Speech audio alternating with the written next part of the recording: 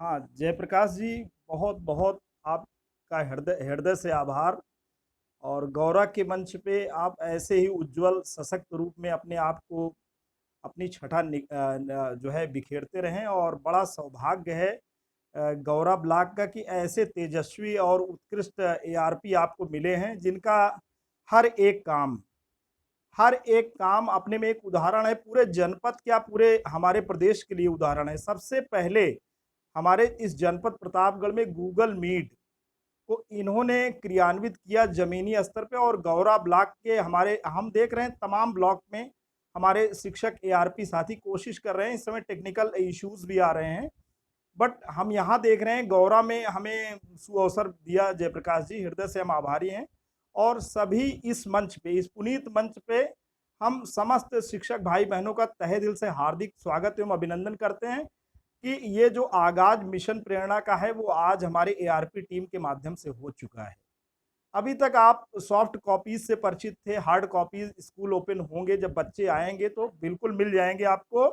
और सबसे खुशी की बात यह है कि हमारे एआरपी गौरा के जयप्रकाश जी बहुत तेज हैं। और भी नए एआरपी गए हैं, डॉक्टर ललित मिश्रा जी भी गए हैं।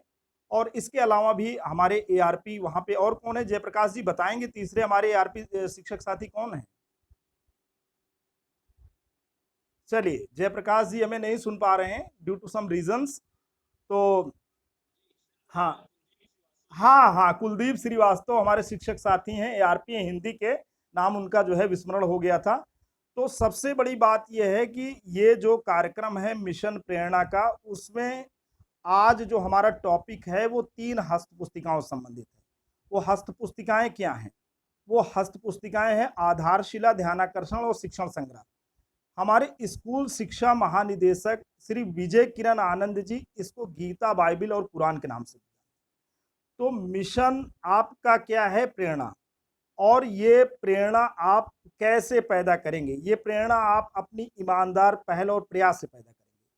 शुरुआत आप करेंगे और आपका जो संस्कार है, जो बीजारोपण है, जो प्रयास है, वो बच्चों में फलीभूत होगा।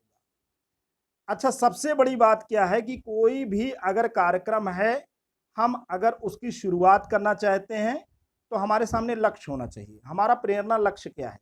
हमारा प्रेरणा लक्ष्य, जैसे भी जयप्रकाश जी ने बताया कि भाषा और गणित में हमारे लक्ष्य हैं, और वो लक्ष्य 80% लर्निंग आउटकम के रूप में प्रत्येक बच्चे में दिखना चाहिए। जब प्रत्येक बच्चा हमारा वो लक्ष्य को पा जाएगा तो हमारा विद्यालय एक प्रेरक विद्यालय होगा। और जब हमारा विद्यालय प्रेरक हो जाएगा तो हमारा ब्लॉक प्रेरक होगा, और सारे ब्लॉक प्रेरक होंगे, जनपद प्रेरक होगा, और सारे जनपद अगर हमारे मंडल के प्रेरक हो गए तो हमारा जो है मंडल प्रेरक होगा। और हमारे 18 मंडल अगर हमारे प्रेरक हो गए तो हमारा उत्तर प्रदेश एक प्रेरक प्रदेश के रूप में अपने आप को इस पूरे भारत के जो है प्रारूप पे, एक मानचित्र पे अपने आप को स्थापित कर लेगा, जो कि एक बहुत बड़ा विजन है, बहुत बड़ा सपना है, जो केवल आपके माध्यम से हो सकता है। तो कुल मिलाकर के अब पहले के शिक्षण और अब के शिक्षण में अंतर है। अंतर यह है कि हमारी पूरी की पूरी एआरपी की टीम तैयार हो चुकी है। और अभी एआरपी का फॉर्म निकला। इस मंच से मैं अपने सारे शिक्षक साथियों से एक आह्वान करना चाहता हूं कि आप एकेडमिक रिसोर्स पर्सन का फॉर्म बिल्कुल आवेदन करें।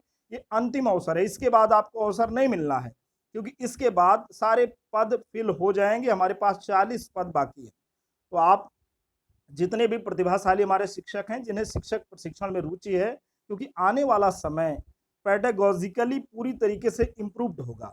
आने वाले समय में आपको पाठ्यक्रम का 20% भाग ऑनलाइन करना है। ये एनसीईआरटी और एमएचआरडी का गाइडलाइंस है।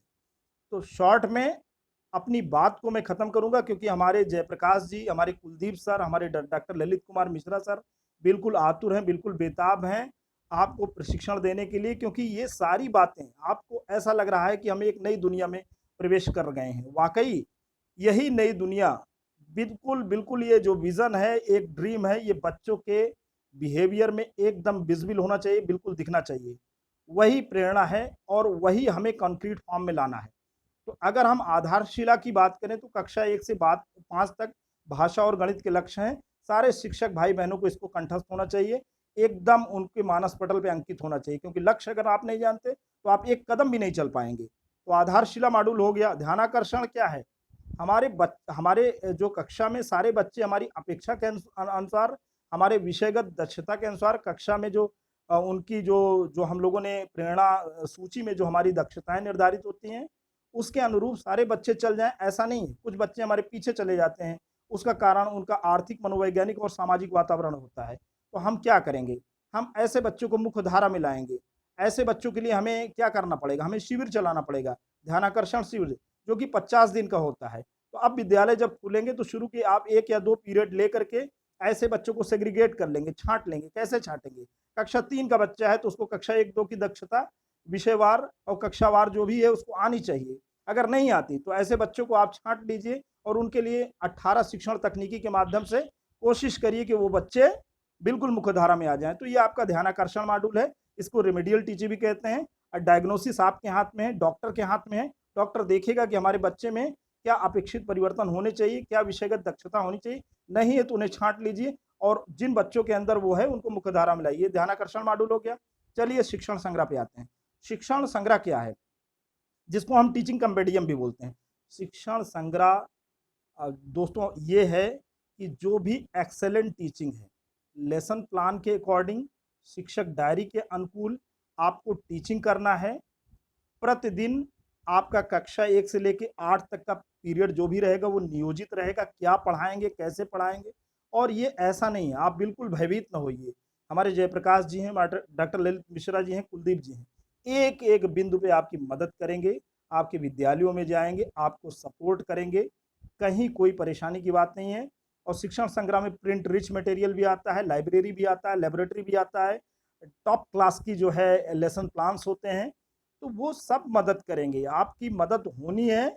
आने वाले समय में जो स्कूल टीचिंग का प्रारूप बदलने वाला है, तो इसमें तमाम टॉप क्लास की केस स्टडीज़ भी हैं, जो कि आपको बिल्कुल मिलेंगी।